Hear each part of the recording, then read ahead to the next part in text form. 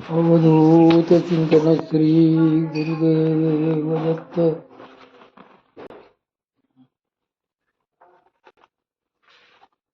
आपण माझ्या सर्व सद्गुरू बंधू भगिनींनो, आपण वामनराज प्रकाशनची पुस्तकं वाचण्यात घेतली आहेत. आज आपण परमपूज्य श्री शांताराम कवडे महाराज लिखित हिरण्य योग एक अभ्यास हे पुस्तक वाचण्यास घेत आहोत. हिरण्य योग यात अर्पण पत्रिका देताना परमपूज्य दादा अर्पण पत्रिकेत लिहितात,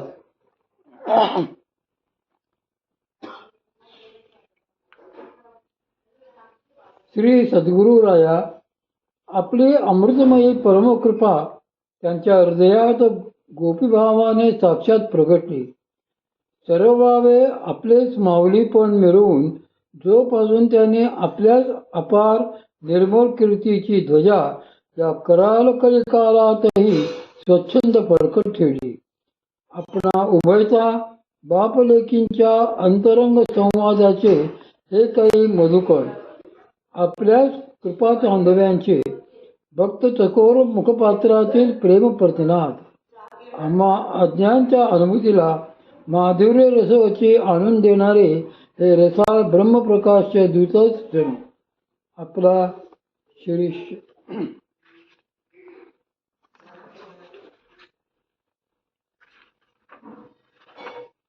यावर्षी पुणे विद्यापीठाच्या श्री संत नामदेव अभ्यासाच्या वतीने श्री संत गुलाबराव महाराज स्मृती दिनानिमित्त आयोजित व्याख्यानमाला श्रीपाद निवासाच्या सभागृहात दिनांक 11 आणि 12 जानेवारी रोजी संपन्न झाली. श्री सद्गुरु कृपेनेच ही व्याख्यानमाला गुंफण्याची परमपावन सुसंधी मला आदरणीय ज्येष्ठ संत साहित्य अभ्यासक डॉक्टर अशोक कामत यांनी उपलब्ध करून दिली. त्यांना होकार देताना हे कार्य किती अवघड आहे याची कल्पना असल्यामुळे मनावर मोठे दडपणे आले होते. पण श्री संत गुलाबराव महाराजांच्या श्रीचरणी असलेली आंतरिक श्रद्धा व निष्ठा या प्रसंगी माझे मनोबल वाढविणारी ठरली. त्यामुळे या निमित्ताने मिळणारी सेवा ते जशी करून घेतील तशी यथाशक्ती यथामती करण्याचा निश्चय त्यावेळी दृढ होत गेला. माझे बालपण विदर्भातच गेल्यामुळे श्री संत गुलाबराव महाराजांचे व्यक्तिमत्व अनेक प्रसंगांनी घडलेल्या वाचन श्रवणाने अल्पवयातच मनावर पक्के बिंबलेले होते. त्यांच्याबद्दलची एक अकृत्रिम आदर आणि आंतरिक जिव्हाळ्याची भावना हृदयात चांगलीच मूळ धरून राहिलेली होती. त्या प्रेमपोटीच हे अन्यथा धारिष्ट मजकडून घडलेले आहे. समन्वय महर्षी आणि मधुराद्वैताचार्य अशी सार्थ बिरुदे श्री महाराजांनी लीलया भूषविलेली आहेत. त्यांची अलौकिक प्रज्ञा व विलक्षण अद्भुत प्रतिभा सर्वार्थाने त्यांची ज्ञानेश्वर कन्या ही स्थिती सिद्ध करते. मूळवंश क्षत्रिय कुलोत्पन्न असूनही केवळ शास्त्रोचित संस्कार लोपांमुळे श्री महाराज स्वतःला शुद्ध कुणबी म्हणून घेत, परंतु प्रत्यक्षात अधिकाराने ते ब्राह्मणाचेही ब्राह्मण असे विद्वरिष्ठ होते. या युगातील माधुर्य भक्तीचे ते अधिकार सिद्ध आचार्य असूनही इतर सर्वच शास्त्रांमधली त्यांची अप्रतिष्ठित गती बऱ्याबऱ्यांना थक्क करून सोडणारी होती.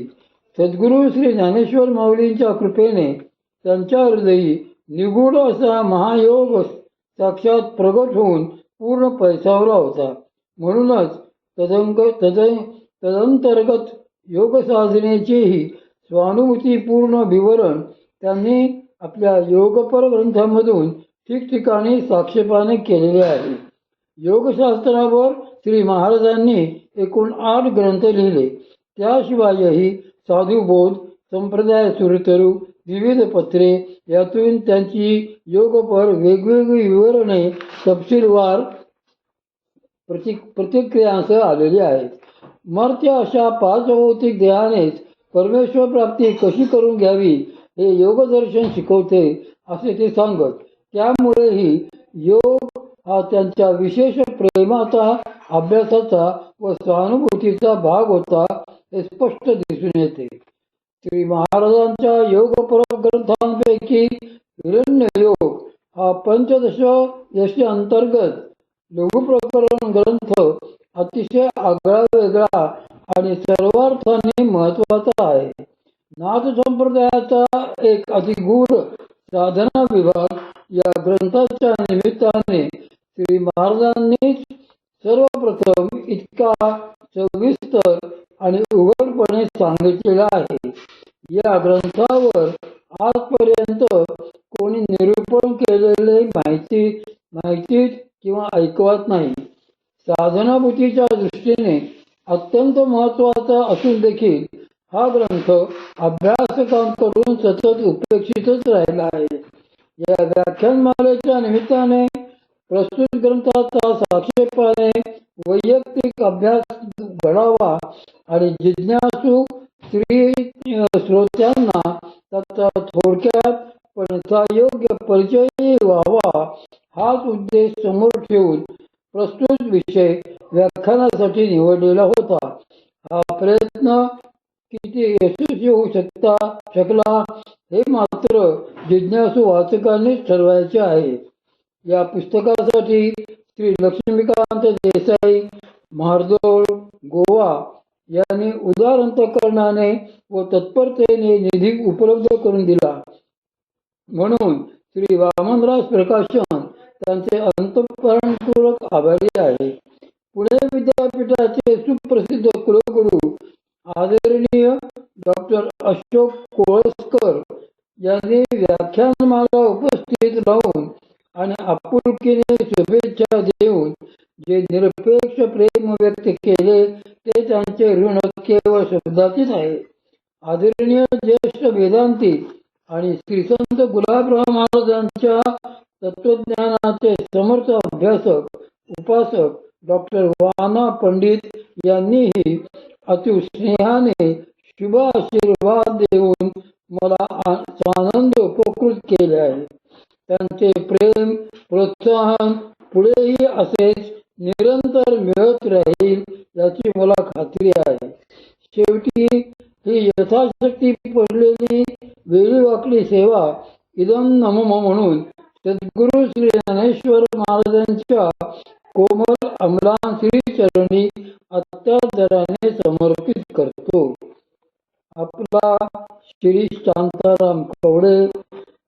हे पुस्तक साधारण 24 जुलै 2002 रोजी प्रसिद्ध झाले आहे. आषाढ शुद्ध पौर्णिमा शके 1924 दिनांक 24 जुलै 2002. त्यातले व्याख्याने. पहिलं व्याख्यान, प्रथम व्याख्यान आरंभिक. आज सद्गुरू श्री संत गुलाबराव महाराज यांच्या वाङ्मय संदर्भात त्यांच्याच एका निगूढ योगपर प्रकरण ग्रंथाचा साधनाभूतीच्या अंगाने विचार मांडण्यासाठी मी बोलणार आहे. मुळातच श्री संत गुलाबराव महाराजांचे व्यक्तिमत्व अत्यंत योग उत्तुंग, पावन आणि दिव्य असे आहे. त्या अमानवी व्यक्तिमत्वाचा विचार करता करता आपण आश्चर्याने अगदी थक्क होतो. विचारांची, कल्पनांची धावत थांबते आणि शेवटी असे म्हणावे लागते की चरणी ठेवी जे माथा हेची भले. ज्ञानेश्वरीचा 14 अध्याय. या विभूतीचा चरित्र विचार करण्यापेक्षा, त्यांच्या कर्तृत्वाने सीमित होण्यापेक्षा त्यांना सरळ भावे शरण जाऊन पदकमली नमन करून निवांत राहणे हेच अधिक श्रेयस्कर ठरते. श्री महाराजांचा लौकिक परिचय विदर्भातील मंडळींना जेवढा आहे त्या मानाने कदाचित पुण्या मुंबईकडच्यांना अजूनही तेवढा नाही. श्री महाराजांच्या वाङ्मयाचा आढावा घेताना किंवा तत्संबंधी कुठलाही साक्षेपी अभ्यास मांडताना श्री महाराजांच्या अलौकिक कर्तृत्वाविषयीची, त्यांच्या अद्भुत जीवनाविषयीची थोडी पार्श्वभूमी जर आपल्याला माहीत असेल तर त्यांच्याबद्दलचा आपला आदर आणखी वाढेल. अलौकिकाचा लौकिक परिचय. श्री महाराजांचे लौकिक नाव गुलाबराव गोंधूजी मोहोड असे होते. श्री महाराजांच्या मातापित्यांना महाराजांच्या अल्पवयातच देवाज्ञा झाल्यामुळे ते तसे त्या अंगाने कोवळ्या वयातच एकाकी पडले होते.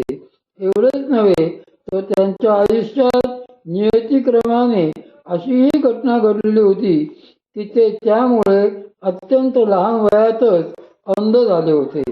त्यांच्याबद्दल बोलताना बरेचदा असे म्हटले जाते की विदर्भातील जन्मांध संत प्रज्ञाचक्षू श्री गुलाबराव महाराज. पण यातला जन्मांध हा शब्द मात्र तितकासा योग्य नाही. जन्मतः ते एक अत्यंत सुंदर, पाणीदार, तेजस्वी नेत्र असलेले बालक होते. पण वयाच्या केवळ 8व्या-9व्या महिन्यात डोळे आल्याचे निमित्त झाले आणि चुकीने कोणीतरी त्यांच्या डोळ्यात भलतेच औषध घातले. त्या औषधाचा परिणाम एवढाच झाला की आलेले डोळे सुधारण्याच्या ऐवजी कायमचे गेले. त्यांची बाह्य दृष्टी गेली. आपल्या संप्रदाय सुरतरूमध्ये श्री महाराजांनी या घटनेबाबत मोठा मार्मिक अभिप्राय नोंदवला आहे. ते म्हणतात की परी स्वकर्मे चाक्षसू संपत्ती प्रहरली आहे. पण त्यांच्या बाबतीत वेळोवेळी असे अनुभवाला आले आहे की ते खरोखरीच प्रज्ञाचक्षू होते. प्रज्ञाचक्षू या शब्दाचा सामान्यतः असा अर्थ केला जातो की प्रज्ञेच्या सामर्थ्याने, आपल्या बुद्धीच्या सामर्थ्याने एखादी गोष्ट लिलया जाणून घेणारा तो प्रज्ञाचक्षू. श्री महाराजांचा लौकिक आणि अलौकिक असा नित्य प्रज्ञाविलास बघितला तर त्यांना प्रज्ञाचक्षू म्हणणे हे योग्यही आहे. पण त्यांचे पूर्वसुकृत बघितले, त्यांच्या आयुष्यात प्रगतीली योग विभूती बघितली तर मात्र त्यांना दिव्यचक्षू किंवा योगचक्षू म्हणणेच अधिक श्रेयस्कर ठरेल. श्री महाराजांच्या आयुष्यातील अशा अनेक घटना दाखवता येतील की ज्यामधून त्यांची योग विभूती प्रगट झालेली दिसते. परमार्थाचा असा नियमच आहे की महापुरुष जन्माला येताना बरोबर जे संस्कार घेऊन येतात, जे पूर्वसिद्ध व्यासंग घेऊन येतात, त्यांचा काही प्रकाश याही जन्मात प्रगट दिसतो.